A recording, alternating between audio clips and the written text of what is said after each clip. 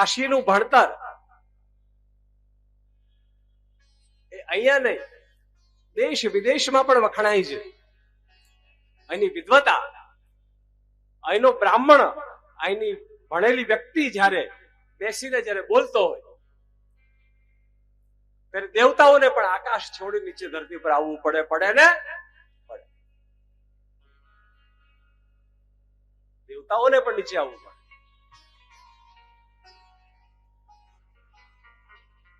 વેદનું જયારે ગાન થતું હોય, જયારે સંસ્કૃતના મંત્રોચ્ચાર જયારે થાય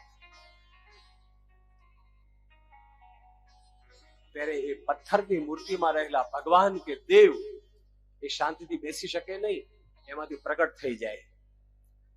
શું થઈ જાય? પ્રગટ થઈ જાય. અને એ આ નગરી કાશી નગરમાં તમે એક થોડું પણ કામ કરી રહ્યા છો તો એનું ફળ અનેક ગણું પ્રાપ્ત થાય છે.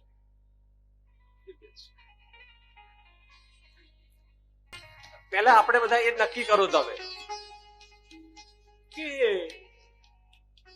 ભગવાન શિવ, ભગવાન ભોળાનાથ એવું ખરું કે અમુક જગ્યાએ જ હોય, અમુક જગ્યાએ ન હોય, એવું કઈ ખરું? અથવા તો કોઈ પણ ભગવાન લઈ લો, ચલો કોઈ પણ શાસ્ત્ર લઈ લો, બધા શાસ્ત્રોમાં એમ કીધું છે કે ભગવાન બધી જગ્યાએ છે ને છે. આ વાત સાચી ખોટી? તો તમે માનતા હો તો હાથ ઊંચો કરો. આ વાત સાચી માનતા હો તો હાથ ઊંચો કરો.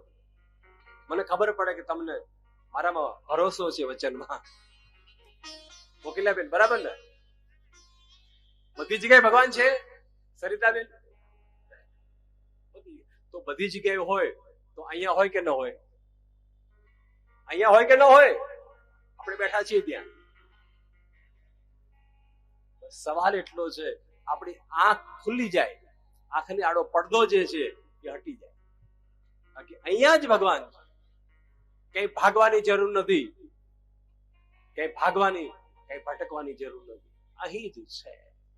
બસ દ્રઢ નિશ્ચય કરો.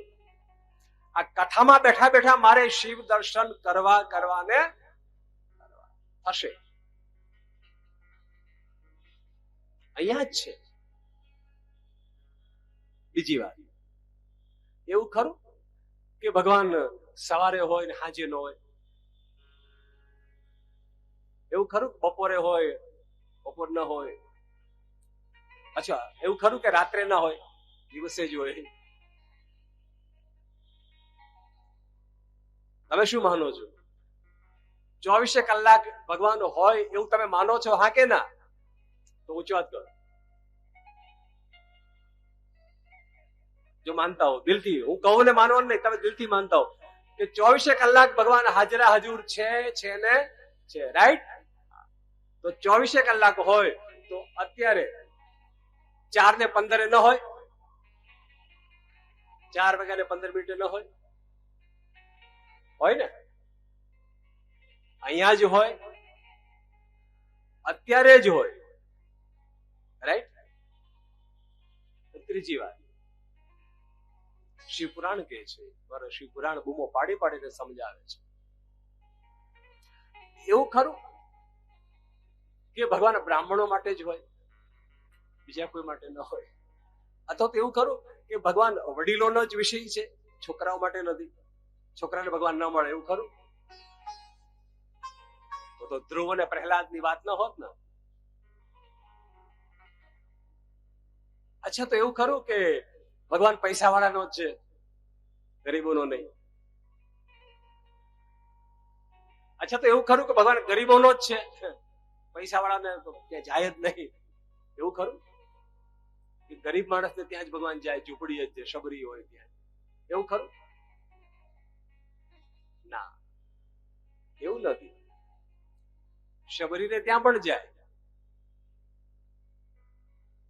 પણ દરેક ના ઘરે, કેવટ ના ઘરે પણ જાય. છૂત હોય, અછૂત હોય, બ્રાહ્મણ હોય, નાનો હોય, મોટો હોય, વૃદ્ધ હોય, બાળક હોય, ગમે તેને ભગવાન મળે ને મળે.